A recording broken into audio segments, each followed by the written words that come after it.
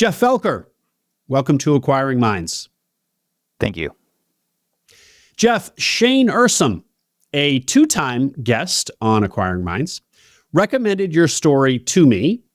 He thought it was a great story and a fun business and thought I would too. And he was right. You bought Retro 51, a pen business. Pens like the things that you write with. So let's get into it, Jeff. Start us off with some background on you, please. Well, yes, it is. And I appreciate Shane introducing me to you. We bought Retro 51 we started talking to the owner in 2020, the original owner and founder, and closed in January of 2021. So through COVID, we made this acquisition, which made it very interesting. But Retro 51 is a 30-year-old pen manufacturer. We do a lot of very creative type pens. My background was not in the pen industry. It was all in supply chain and logistics with major corporations. Well, give me some of that personal background, going even back to, as I recall, you were kind of an entrepreneurial kid. Whatever color here paints a picture of who you are. Okay. Give it to us, please. I've always been entrepreneurial. Starting out as a kid, I had a paper route, small detail business where I would detail several customers that were paper out, detail their vehicles on the weekend. I would cut grass, basically anything that would make me money. My parents had their process was they would say, okay, we're going to spend, granted this is the 80s, so we're going to spend $15 on tennis shoes for you. If you want the $30 Nikes, then you have to pay the difference. Mm-hmm. So, that just taught me the value of money, and it taught me that, so $15 I have to work 3 hours to do, cutting 3 lawns. Is that worth? So it helped teach me the value of money and the value of hard work. I grew up in a very middle class. My mom was a nurse, and my dad sold cars and insurance at that time, but cars later on. And I wasn't wanting for anything, but if there was things that I wanted above and beyond that, then it was up to me. Mm-hmm. And I had for my age, I had a BMX racing bike that was completely custom, and all my friends were running around on Huffies or smaller store type stuff. So it was fun. So you were a successful entrepreneur as a kid. Yes, basically. Okay. And then I went to school. I went to school for architecture for a year, decided that wasn't for me. Came back to home, back to Toledo where I grew up, went to the University of Toledo and ended up getting an undergrad in marketing. And then just started out with different management careers. Right before I graduated, we had our first child, my daughter, Lindsay. And then about 2 years later, we had my son, Caleb. And during that time, so I was graduated and had a very young family. So basically go get a corporate job. So I started management with Roadway Express, and then ended up going to Visteon, which is a division of Ford, and doing supply chain type things with either managing the flow through the factory or managing their paint production for bumpers is what they made there. And then you had an entrepreneurial dalliance at some point in here. Yes, as an adult. And then that's where in about 2004, after being settled and getting my MBA, I decided that I wanted to be my own boss again and purchased a couple of franchises that did custom window treatments and then I purchased ones that did custom closets as well. Built that up to pretty decent amount with one person, and then figured out that with a franchise, I basically bought a job. So If I wasn't there doing the work, I wasn't making money. There's a big difference between buying a job and owning a business.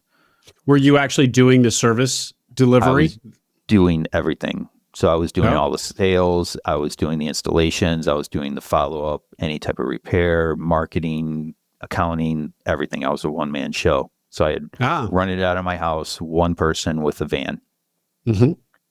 And was there a path, did you think, to growing it into a business versus a one-man job? Yes. Yes, there was. One path was, so I partnered with somebody that owned a carpet store. I did his back end on the carpet store, and then we would pass referrals back and forth. So that helped me with the sales side of things as well. And then I hired a salesperson, 2 salespeople, an installer, and then we negotiated a deal with a builder in Dundee, Michigan, that was going to build 3 phases, total of about, I think it was 11 or 1,200 houses.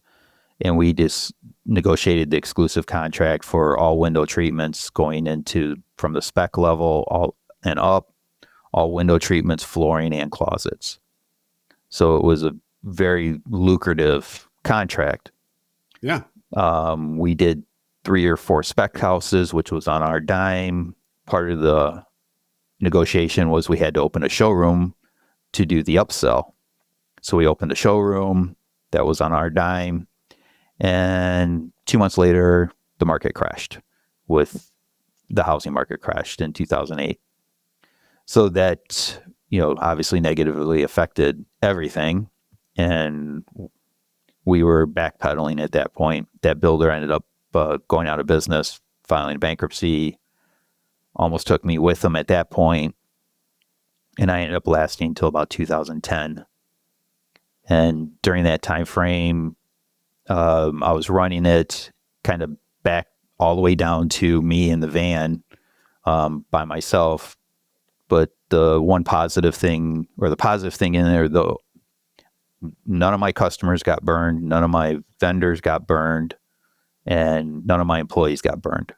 I held on to them until they found jobs. I helped them find jobs.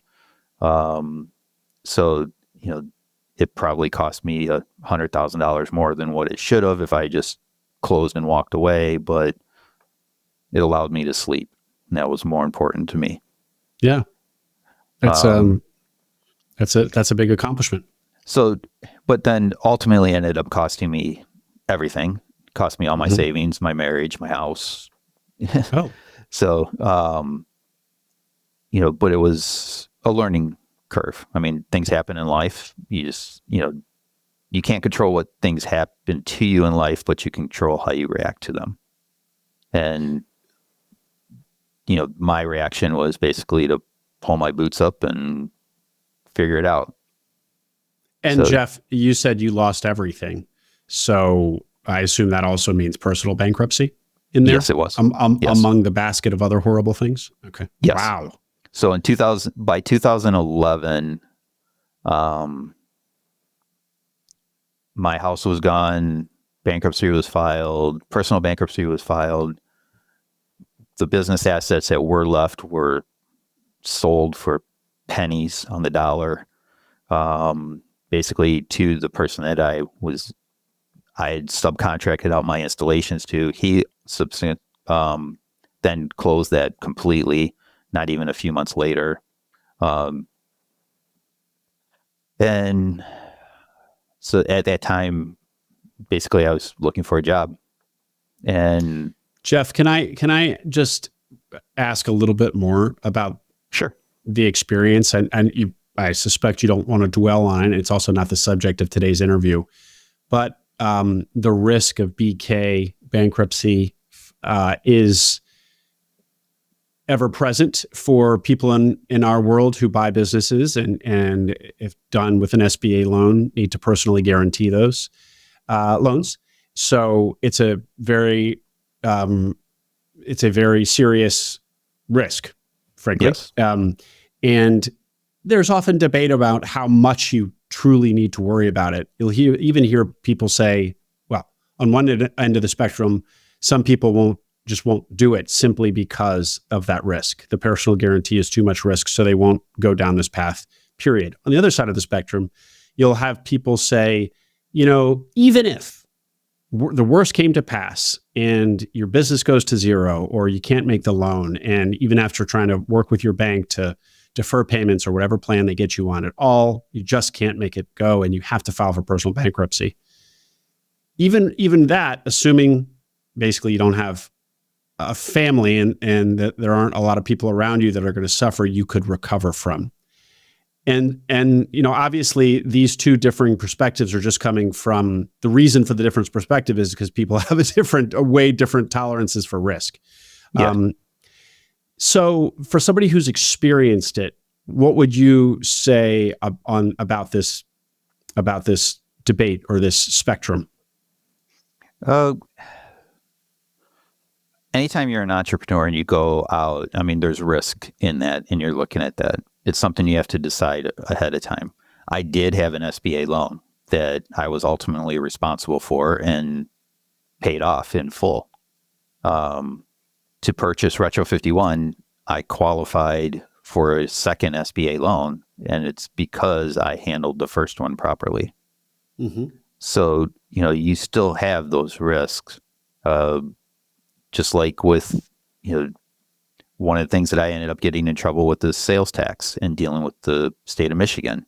And I had to pay all that back too. It wasn't, so that was a personal. So even though we ended up filing a personal bankruptcy, I was still left with probably close to $70,000 in debt that I had to pay back. And but it was a way to remove us from the house, sort out what was left of our marital assets. And could we have gotten away without doing it? Possibly. But it would have taken a lot more, and it would have drawn out the whole scenario for probably 2 to 3 more years. Mm-hmm. And it was a way to draw a line in the sand and say, this is the point, we're done. Mm-hmm. So it was done not just for economical reasons, but it's more for personal reasons as well. Mm-hmm. But that was all weighed out, with what I thought was going to happen. And, you can recover from that. You just have to understand credit and know what to do and what not to do with your credit. And, I was able to recover from that, and rebuild my credit score up pretty significantly within 3 years. Now you have that BK on your record for 7, and some loans ask for, you have to be careful how they word it too, if you have ever, because if it comes to light, then they can claim that you lied on that. So even after 7 years, if you're asked in a loan agreement, you have to divulge it. Yes, which I do. It's part of my history. It's part of what happened to me, and it's a tough decision. But some of the most successful entrepreneurs have had 4 or 5 of them. Sure.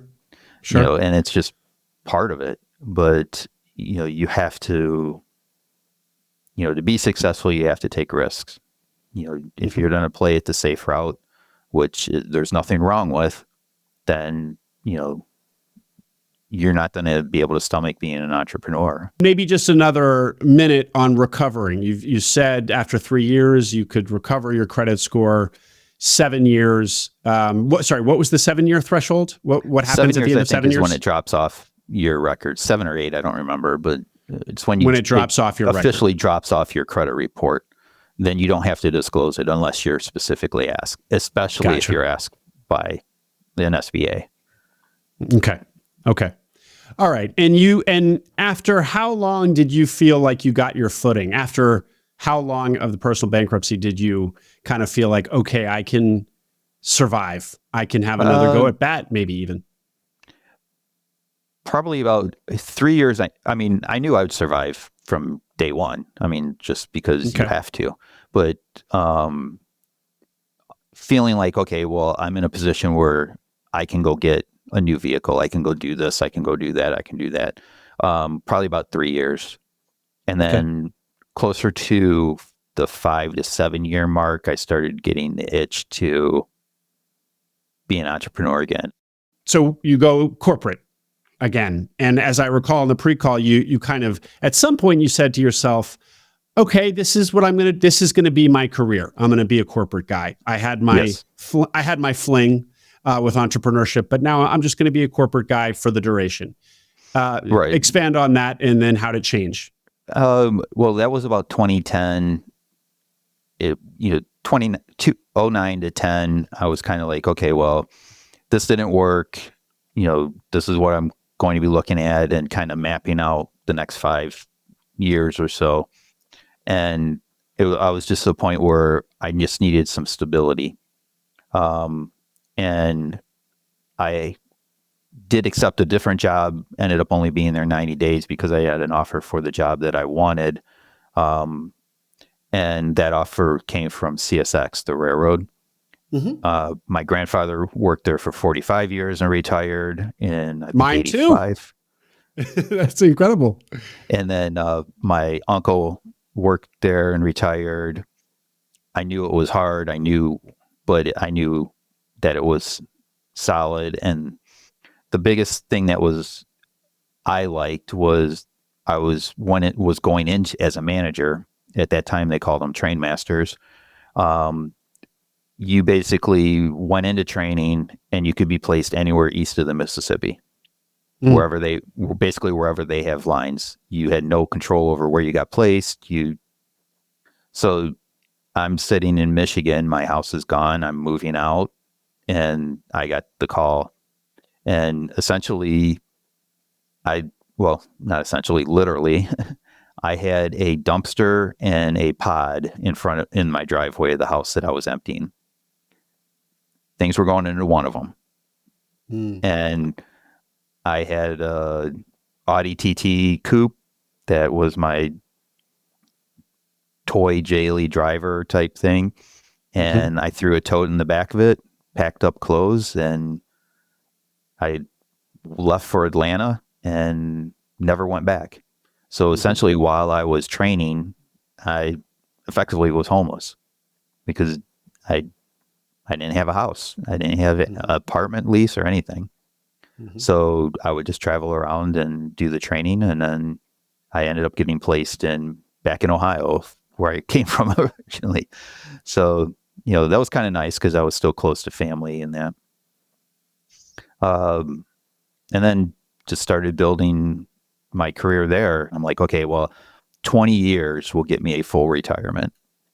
So I can retire 62, figure out something to do for a couple of years until 65, until I got full benefits. And the nice thing is you have railroad retirement versus Social Security. So there was a lot of benefits to joining the railroad. So that's what I ended up doing. And got a few promotions and ended up in Jacksonville, Florida at corporate after 5 years. And I was there for 6 years until I made this decision to do this. And like I said, once we got to Florida, at that time we were renting apartments, renting houses, and then we purchased a house in Florida that, and then it was like, okay, now I'm really solid.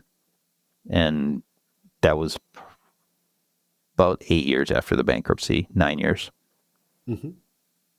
And okay, so 8 or 9 years after. I mean, that's a good amount of time, but you've recovered quite nicely. I mean, you're a homeowner. Things are stable. You've got a good job that you've already been in for a number of years and have been promoted a number of times. You have a clear plan for retirement.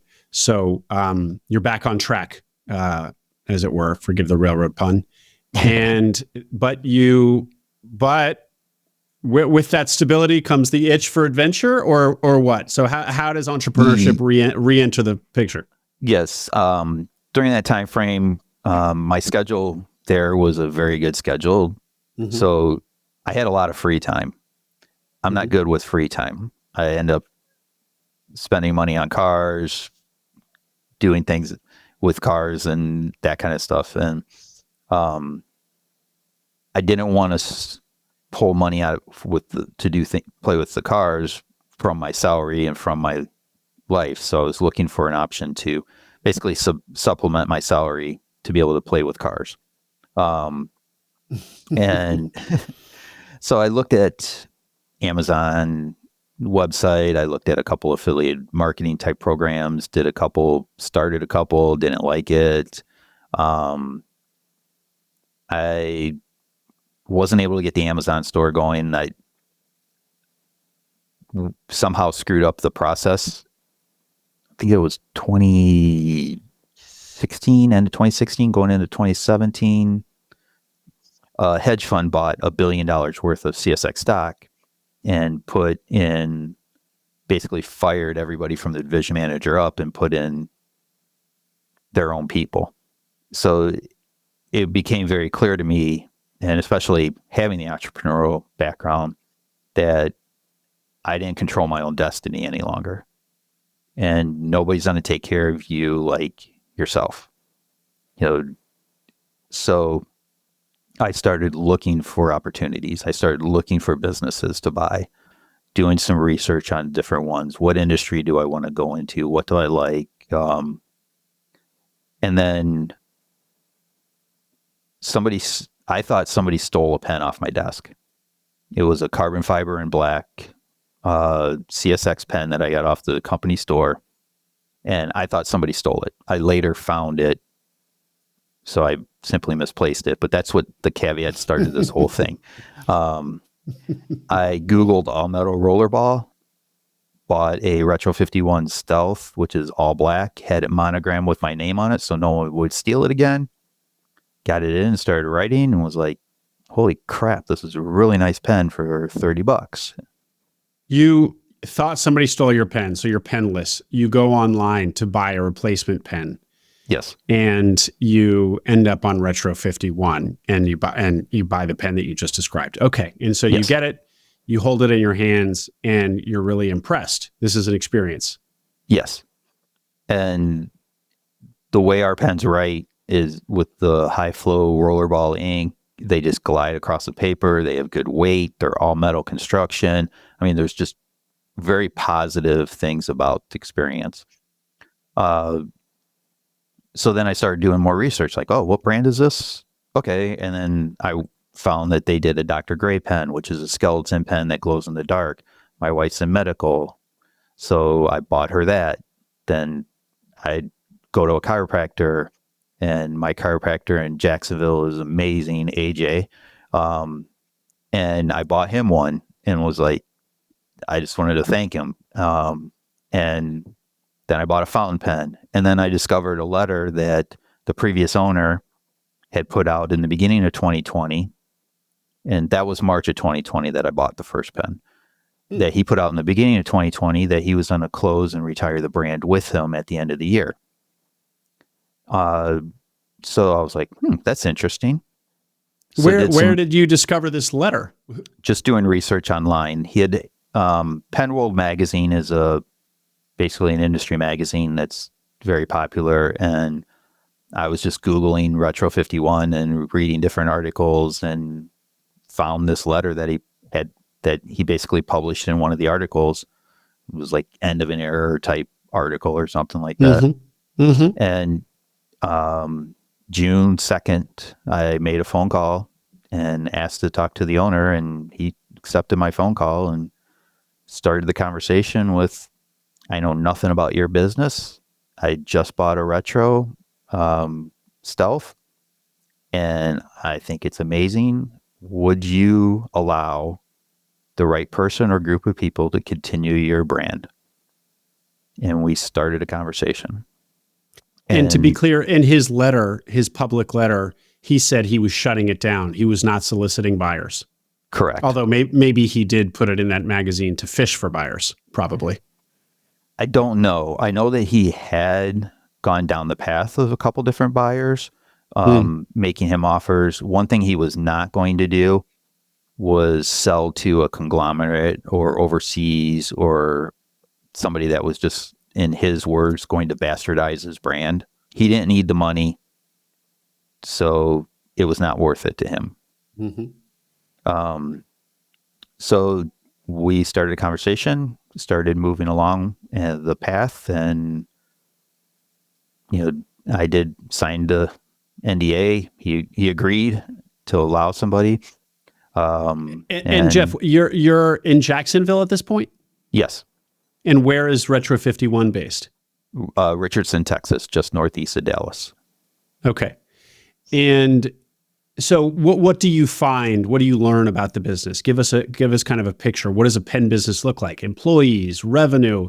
Do they make the pens? Is it sort of an outsourced thing? Paint a picture, please. All of our pens are made in a factory in Taiwan.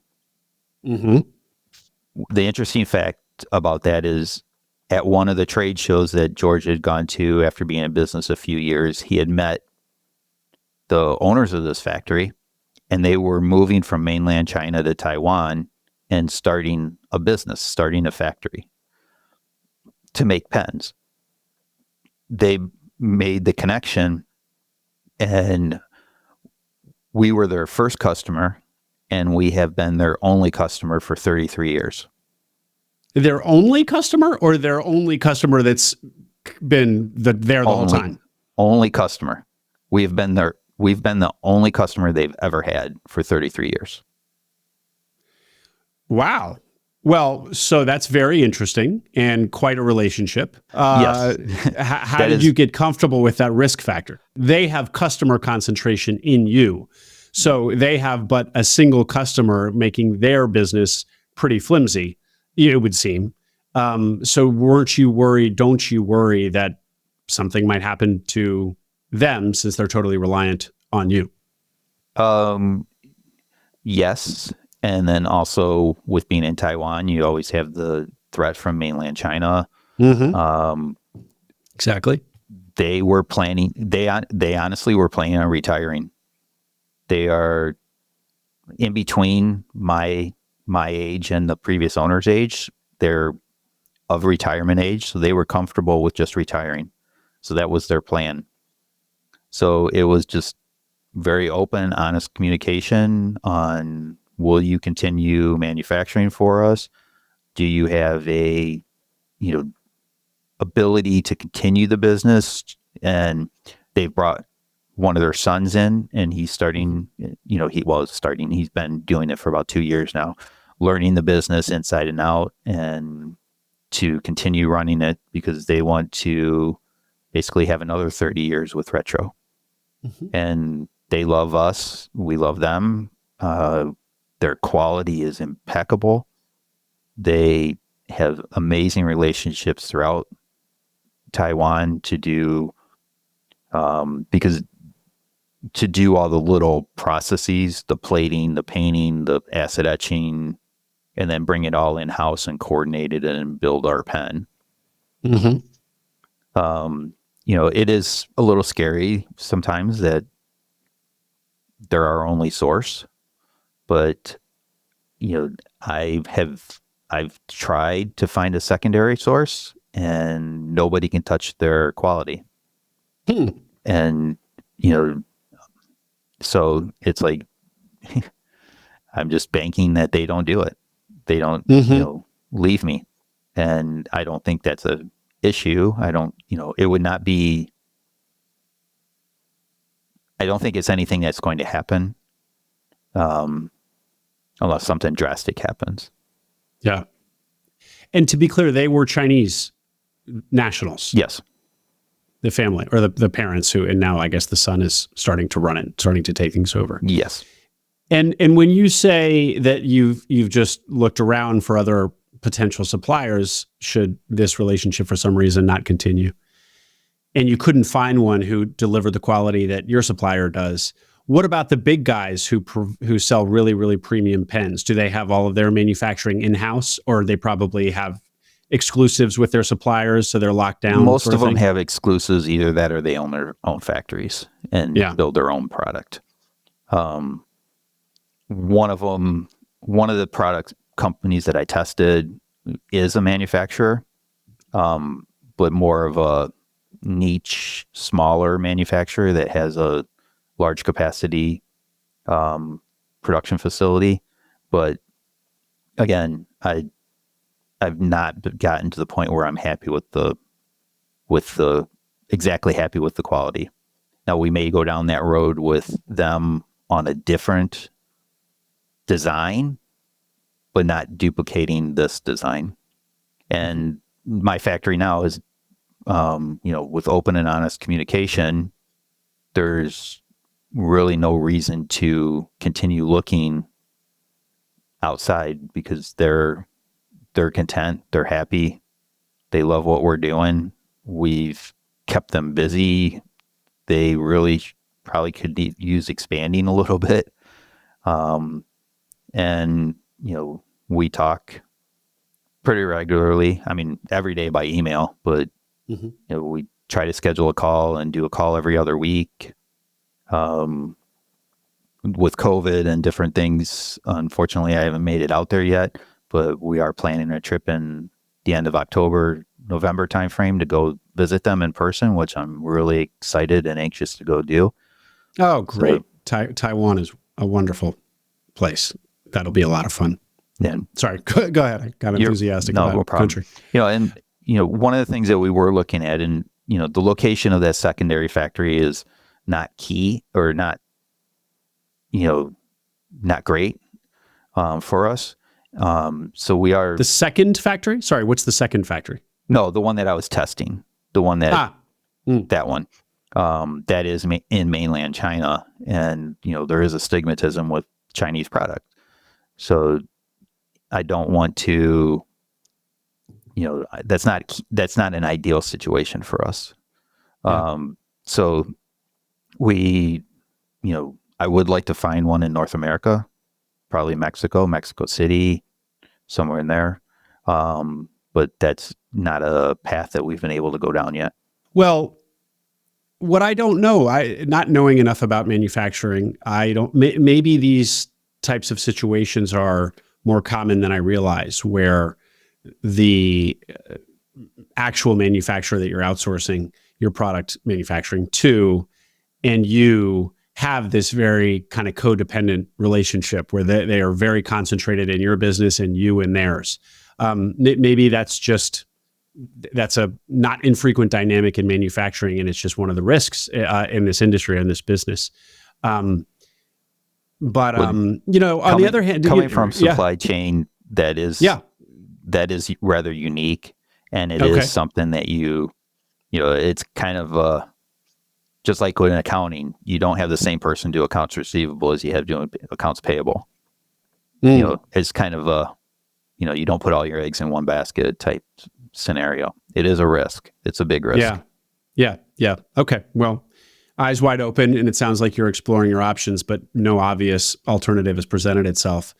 On the other hand, it sure sounds like a great working relationship. So the frictionlessness of this relationship that you guys have developed over years, the previous owner and them, and now you and them, probably just feeds the momentum of just carrying on with this group. Yes. You just know each other so well at this point. And I think the in-person visits on it just strengthen that. Oh, exactly. And I ask them all the time, because you see on the U.S. media, okay, well, how big is the risk? How real is the risk? And they're like, it's nothing. U.S. media blows out of proportion. They're like, it's been that way for 50 years. It's not going anywhere. And they don't think there's a risk. So, not that I'm a geopolitical expert on China-Taiwan relations, but I don't know, and I don't claim to be smarter than people who are actually on the ground in Taiwan. But I would get a multitude of opinions on that one, because it sure seems to be heating up, and there's lots of hard evidence of it. And it weighs, but that helps ease my mind a little bit more. Sure. Because I know that they're not naive. I know that they're very aware of situations. So, but they say it's not an issue. So hopefully that's the case. What would you call your business? Are you a manufacturer or are you something else? Retro 51 basically is a design house. A design house. Okay. Yes. We design the pen. We work with them to create different techniques on the pen, like the knurling at the top. And so like the section here, the knurling at the top and the clip design, we work with them and, say, okay, we want to do this, we want to do that. But mostly now we're a design shop and we come up with different designs, and whether it's like our new literary series, which we did Winnie the Pooh. Now we launched Alice in Wonderland a while ago, and now we just launched the 20,000 Leagues Under the Sea acid etch Nautilus pen. So constantly refreshing the designs. So we essentially are a wholesale company. We do have a retail arm at our website, which is just retro551.com. But we're primarily a wholesale company and a design house. Great. What's the employee makeup of a business like this? When you bought it, what is revenue of a business like this, and margins and profits, if you'd share? Well, when we bought it, there was about eight employees. Like I said, his idea was that he was closing the business until we actually closed on the business. His mindset was he was closing the business at the end of 2020. So he was paring down inventory. He would not replace people when people left. Everybody knew that was happening. So other people were leaving, looking for different opportunities to support their families. He did say that anybody that stayed with him till the end would he would take care of, because he needed people to run the business. But at the same time, he wasn't going to stop anybody. So the promotional side of the business was left to go down, organically. We had the only salesperson was the sales manager left, who was planning on retiring at that time, but then retired about 3 months after we purchased the business. So there was about 8 people, and it was one designer, 2 people in the warehouse, a office type manager, the sales manager, and the president and the owner. And I came in and basically replaced the owner, replaced the president, and replaced the sales manager with myself within 4 months. And we were then, I think we were down to 6 employees, and the revenue was right around $2.5 million. And then we started growing. We added an intern in the design department, hired them full time, and they're still with us. That was Mac right now, and he's been promoted to our digital brand manager. Then we hired another intern in the design department, that her name's Angel, and we hired a social media manager. They have left, but Angel is kind of taken over that role as social media manager, designer, and is doing an amazing job with it. We hired another designer. So right now we have Richard, Angel, and Liz as our designers. Mac is our brand manager. And we have 3 office people now. So you took it from how many employees? Right now we're up to 14, including myself. So 14. And $2.5 million of revenue. What are margins like in a pen design house pen business? On the product itself, it's right around 50%. So we pretty much function off of Keystone. And within 2020. Sorry, what is that? What does that mean? Keystone is 50% margin, 50 points. Okay. Okay.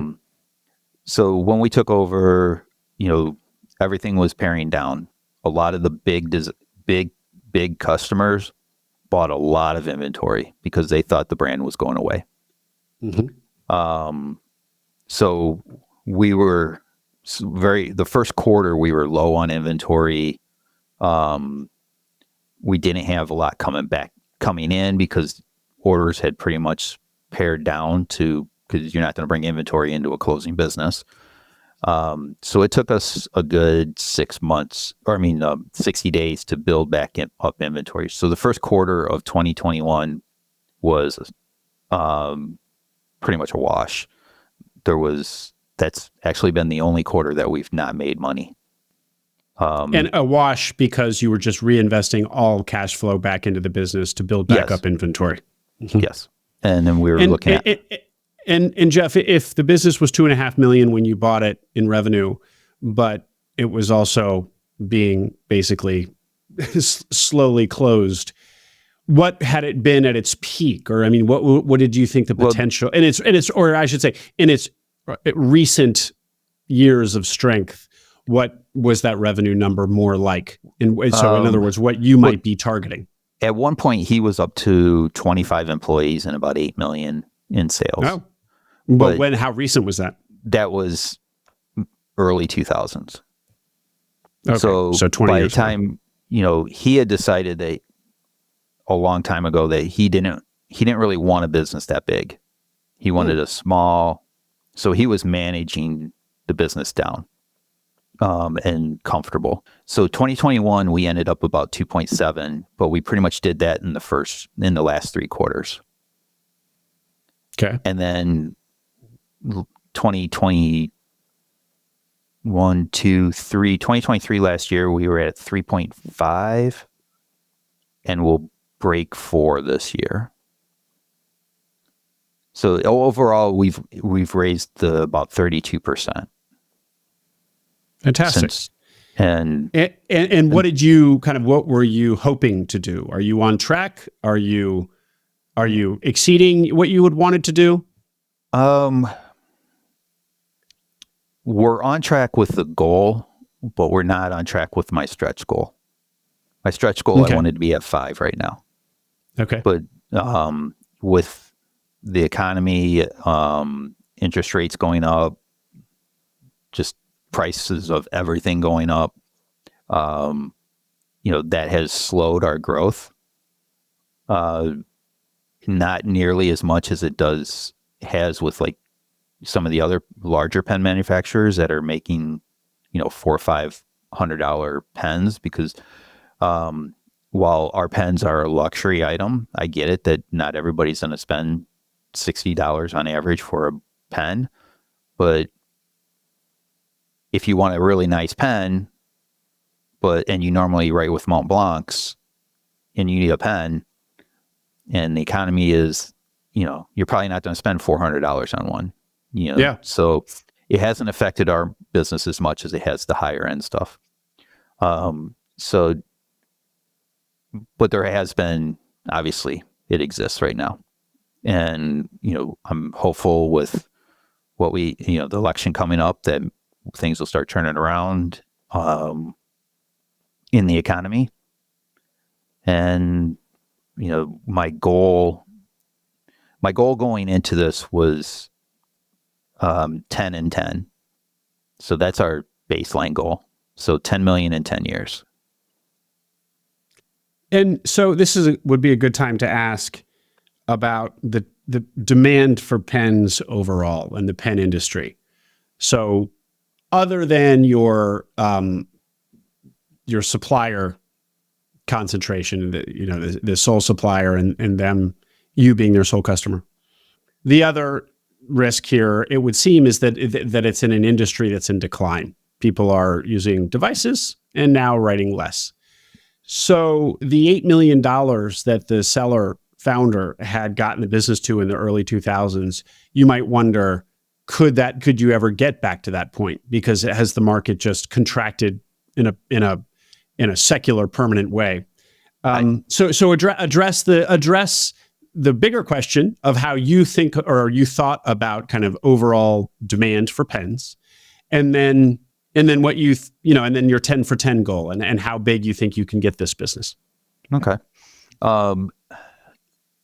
We are such a small niche in the market that I do believe we can, the market share is still there. We can gain market share. The majority of people still, even in the pen industry, don't know about Retro 51. So we're doing a much better job at that. We're reaching out to different industries, and different people, via social media, doing different types of shows rather than pen shows. So that's all gaining knowledge or gaining market share and gaining new customers.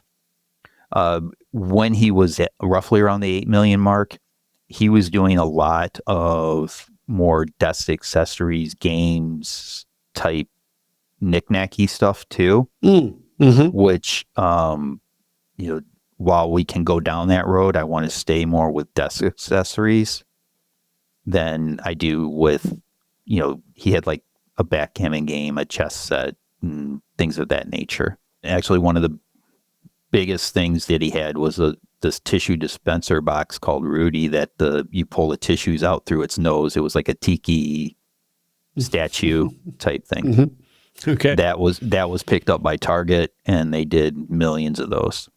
And then the other big one was he sold reading glasses in Barnes and Noble, I think it was one of those stores. I don't remember. Mm-hmm. So those were the two bigger things that really elevated those numbers up.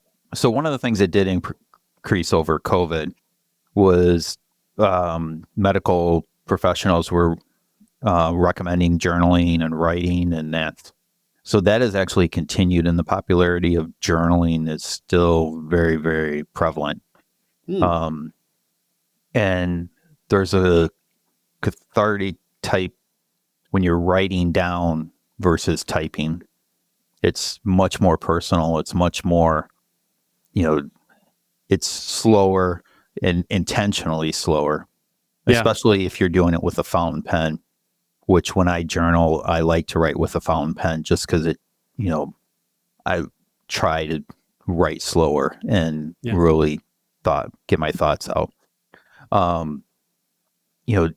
Some of the bigger manufacturers, like if there's a market out there for a $500 rollerball from Mont Blanc or some of the other bigger manufacturers, and that's just one of them, I really don't see why there wouldn't be a market for our rollerballs that are under $100.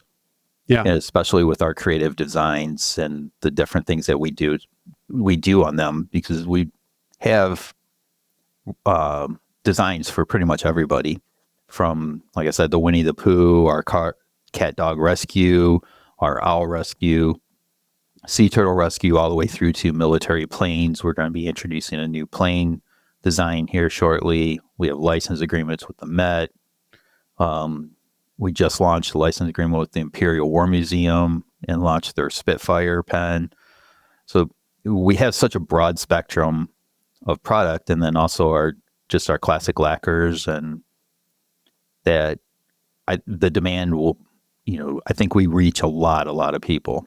Yeah. And the biggest one of the most interesting to me things that has happened to me is at pen shows, people will come up to me, and I still get it, and thank me for rescuing the brand and not letting it go away. Oh. And then it's always a great sign. Yes. And then they'll open up their portfolio, which is basically a pen holder, and they'll have, David Oscarson's that are $5,000-$6,000 a piece, so Mont Blanc's, Esterbrook's,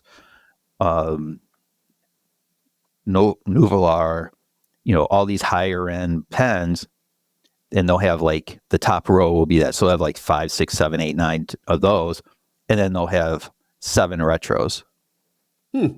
Because we just are like the go-to for rollerballs. And I know several of the people that work for other pen manufacturers, like that have their own products, that have their own lines, that collect our pens. And they're the owners of those businesses. Well, that's very promising.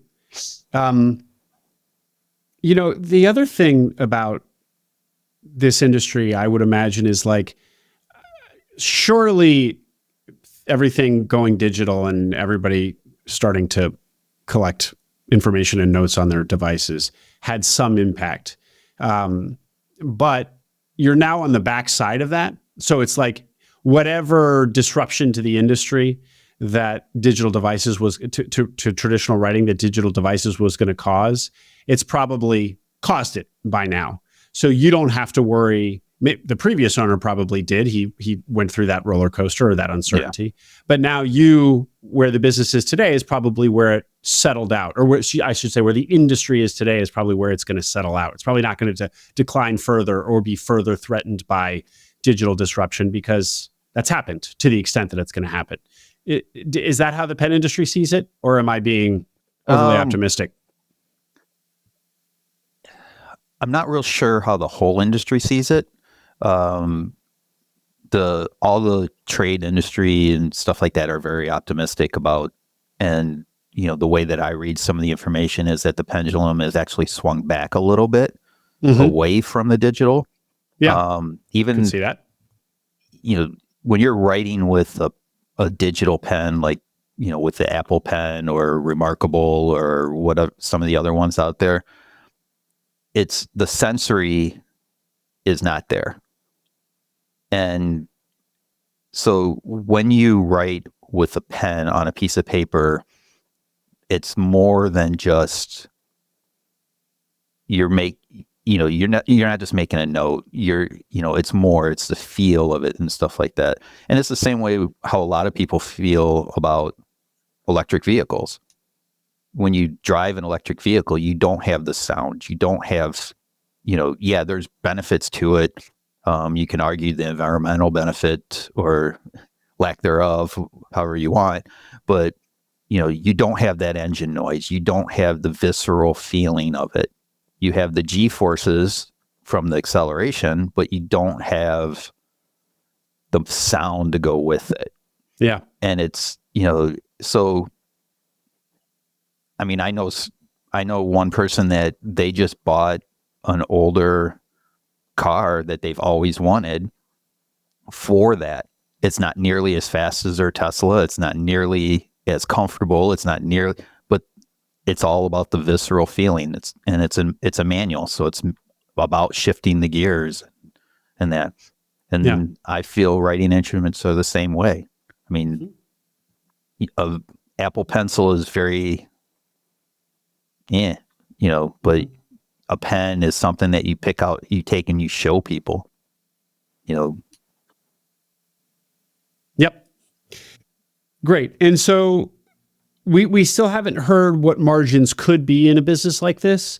So Jeff, if you hit your 10 million in revenue in 10 years, and assuming there's no loans left over at that point, what could the SDE or EBITDA on a business like that be?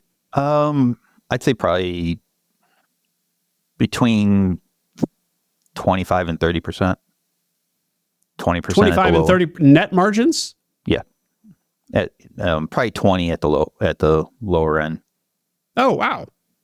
So it's so pretty good margins. Yes. Those would be good margins if 20% is kind of the floor. Yeah. In the railroad industry, we called it the operating ratio. So, okay. So I think an operating ratio of, a 0.7 to a 0.8 is doable. Okay.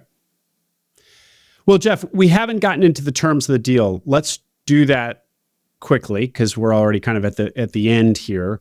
But I think it's important because it was a little bit unusual, including the fact that you have partners in this and how that took shape. So tell us what you can, please. Okay. Well, yes, I do have two partners, Adam and Joe. The previous owner actually helped us put those together, that partnership together. Adam and Joe both reached out to them individually, or him to individually. Seeing the ad, these are two guys who saw his letter, I should say. Adam did. Joe is an SBA banker, and he was representing a couple that were in the process of buying the company. And then that couple, I don't remember if it's a husband or wife, which one of them blew up the deal, basically didn't want to do it. Um, so after that, Joe reached out to George, the previous owner, and basically said, hey, I was representing them. If anybody needs SBA help, whether it's I'm helping them in the loan itself or just guiding them, let me know. And so when it became evident of what we were going to pay for the business and the down payment needed, that I didn't have enough down payment, he introduced me to Adam. Adam reached out to him and said, basically, I know nothing about how to run a business, but my whole background is creative. And he lives in LA and is in that whole world and creative side of things, writing, trademark professor or copyright professor. That's right. Of writing. And he said, but I don't want to see the go anywhere. I can gather some money for an investment. And so he brought me to Adam, and then we were looking at SBA funding. And so he introduced us to Joe for guidance. And then Joe ended up becoming a partner as well. Adam is involved in the business day to day. He's our chief marketing officer. And Joe, while he's involved, he doesn't collect a salary. He's basically an investor.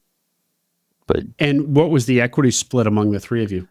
I'm about 30. I'm roughly 35, 37, somewhere in that ballpark. Adam is about 29, and then Joe's about 25, I think it is. And the money that you brought to the deal did you put in any money, or you put in what you could towards the down payment? Okay. Yeah. Right. We all put in what we could towards the down payment. The down payment had to be $400,000. I actually put in Adam and I put in the same amount, but we put in, and then Joe put in a little bit more, even though he has less of a ownership stake. And that's primarily because we were both planning on working on the business, but it was mostly my sweat equity of putting this deal together and working to gather everything and I was the one that was moving to Texas to do this and to run the business on a day-to-day. So I know I was going to ask that. So you moved to Richardson, Texas. Adam, CMO, and your partner who's in LA is still in LA. Yes. Working remotely. And your family at this point, you had kids, you have kids? I do have kids, but they're both adults. They're adults and both have families of their own. Okay, great. So it was a matter of you and your now partner making a decision to go from Jacksonville to Richardson, Texas. And I wouldn't be able to have done this without the support of my wife. I mean, she has been amazing. I don't know how many wives would be okay with me coming to them and saying, hey, I've been talking to this guy about a pen company, and I think I want to pull the trigger and buy it, quit my corporate job, have you quit your job, sell our house, and move to Dallas. And so, by the way, what did convince her? Or it's just, it can't have just been faith in you. Well, a lot of it was faith in me. Okay. But she does have an associate in accounting, so I knew that I had to have the numbers in a row spelled out, and I had 24-month projections, all the things that are required due diligence. And as for the SBA, I had all put together before I even approached her with it, because it had to make sense. I mean, that's the biggest thing. It had to make sense for us. I knew that it was something that we weren't going to be able to move here, and I didn't collect the salary for 6-8 months, but it's not something that we were going to be able to move here, and I would be able to take 1.5 years of not getting paid or money out of it to be able to live. Yeah. Yep. And well, speaking of spousal support, that was a requirement of yours and your partners as well? Yes. One of the things that I think, because our partners I never met, I didn't end up meeting them in person until August of 2021, 6 months after we closed, 7 months after we closed. Wow. So it was very, very important to me that they had their spousal support, that their spouses met me, talked to me, on Zoom, know that my spouse supported, and if they had any questions, and I'm all about open and honest communication. I mean, you may not like what I have to say, but, and you may not agree with me, but I'm still going to tell you. And, if it's a disagreement, we can talk about it. No two people think alike. And the actual terms of the deal. So you guys, you've shared what your split with your partners is, that you went in. You've shared what your split with your partners is, that $400,000 was the down payment. What more can you say about the deal? What was the purchase price in other terms, if you would? The purchase price was pretty much one times revenue. So we were right around 2.5. We were able to put the down payment down. We were lucky that he was willing to do some owner financing, and then we were able to get secure the SBA loan for the balance. The one interesting part of the SBA loan is we were able to collateralize goodwill.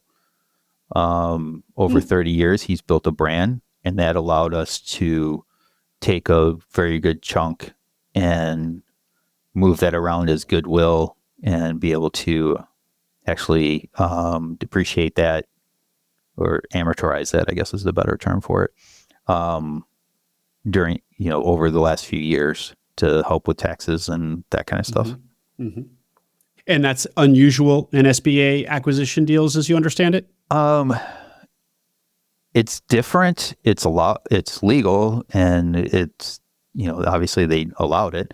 But it's something that we were looking at, and I found a precedent for it.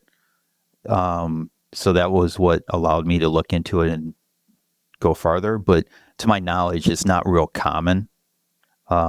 Just because, I don't know why, honestly. I mean, if you have a solid brand that has, our pens have a cult-like following, and there's 5 or 6 Facebook groups dedicated in buying or selling our pens secondhand, that, we put out a post and it gets spread between those groups. And so, we have a solid brand, and, some of the largest companies in the world, what you're buying is their name. You pay a premium for Adidas, Nike, Puma, right, Goodyear, because of the name brand. So that's all goodwill. Right. Well, I should know this is why I'm pressing on it, but I think that that's probably the case for a lot of my guests who buy businesses where there's not a lot of CapEx. So, that's not where the purchase price is allocated. It's allocated to goodwill. I mean, what you're buying is the name of the brand, the ringing phone, the contracts. And so I'm kind of thinking out loud here. I'm wondering, is your case so dissimilar from my average guest? I should ask more about how purchase prices are allocated to kind of better understand that. That's just a matter of, the way I looked at it is, even if retro went out of business, there would be demand for retro products. Even if if he would have closed the business, there would still have been a demand. That's why the larger customers bought 8 months worth of product. So, and that's why, outside of the secondhand, the pens that we do at a limited release, we sell for $60, $70. And some of them, like our Halloween pen, which we did a Sleepy Hollow, which was like the story, and then a Frankenstein, and then this year's we'll probably do the same thing.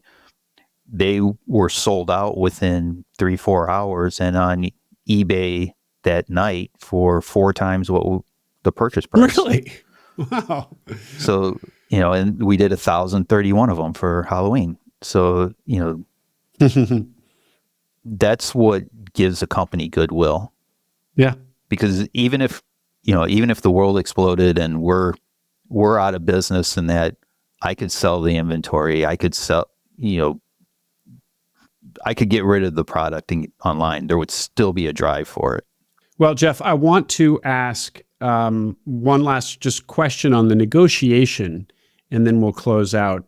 So a seller who has announced to the world that he's basically shutting down hasn't left himself a lot of negotiating leverage, frankly, because he's like, you can come to him and say, well, I'll buy your business for $500,000. It's $500,000 more than you'll otherwise get. Should be, that's got to be appealing. So did you lean on that strategy or was his position such that like, look, I have as much money as I need. I'm really not going to be, I really don't need your money. So I would actually, in fact, close it rather than sell it for a few $100,000. Yes, that's exactly where we were at. He's really done well with this business to be willing to walk away from, whatever lower price you might have otherwise offered. It's not just this business. He's at other businesses. Yes. So his position was basically when they were going down the road that with the sale that Joe was representing they did a business valuation. They came back with a number and he was happy with that number, which was right around the 2.5. And he said, this is the price. Take it or leave it. So all the due diligence was justifying that price, not trying to come up with a new price. Mm-hmm. So, and it didn't matter. He made it more than clear that, he was in a position that this was not negotiable. So his position was, hey guys, I've already had this business valued, already done a lot of the diligence here. It's worth $2.5 million. We can do this if you want to pay me $2.5 million. Otherwise, I'm closing this thing down and I'm walking away. Even if you offered me $2 million, no, I'll take 0 over $2 million. Yep. Wow. Very interesting. But it wasn't just about the money. It was, during this whole process, we had to prove to him how we were going to treat Retro, how we were going to treat his brand, how we were going to continue honoring where it came from, but yet progressing further. So, and that's one of the things that we've managed to do very well. And, that has actually brought us a couple more opportunities that we're looking at probably within the next couple of years. Potential acquisitions. Yes. Of other pen businesses. Yep. And other businesses outside of the pen industry. Mm-hmm. But and so final question. But related to the pen industry. And what are industries that are related to the pen industry? Like things that go on the desk, you were saying earlier? Desk accessories, collectibles. Our pens are very collectible. We have some customers that literally have thousands of our pens. Oh. And so collectible items, we were looking at a company that did a lot of sports memorabilia, but tied it into products. And we actually used to make a pen for them. And that was just one of the things, but they did cufflinks, watches, wallets, shot glass holders, just all kinds of different stuff, all based around memorabilia. And we were looking at that company. It ended up not working the way we wanted to, so we didn't do it. But that was an opportunity that was brought to us because of how we treated Retro, the brand Retro. Great, Jeff. Well, if people have questions for you, want to learn more, want to connect, is there a way that you prefer they do that? Yeah, my email is jeff@retro51.com. More than open. Just make sure you mention that you heard me on Inquiry Minds, and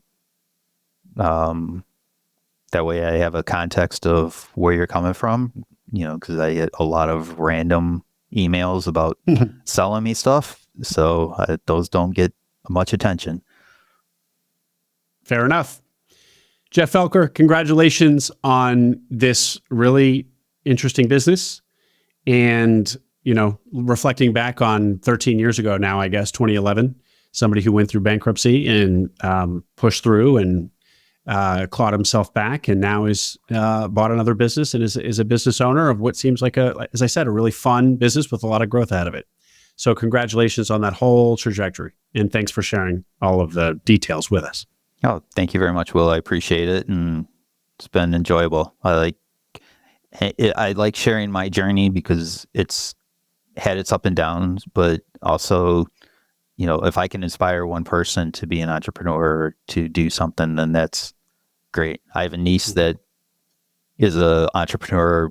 She does like little 3D printed things, does shows and stuff like that. But, anytime I can support her and, talk to her about it, she's very grateful, and it makes me feel good because she's learning from me. Mm-hmm. So, well, you and me both. I share that spirit. Thank you, Jeff. Thank you, Will. Appreciate it. I hope you enjoyed that interview. Make sure you subscribe to the Acquiring Minds channel below. We are now publishing twice a week, so tons of new interviews and stories to come. Stories that will help you along your own path to acquiring a business.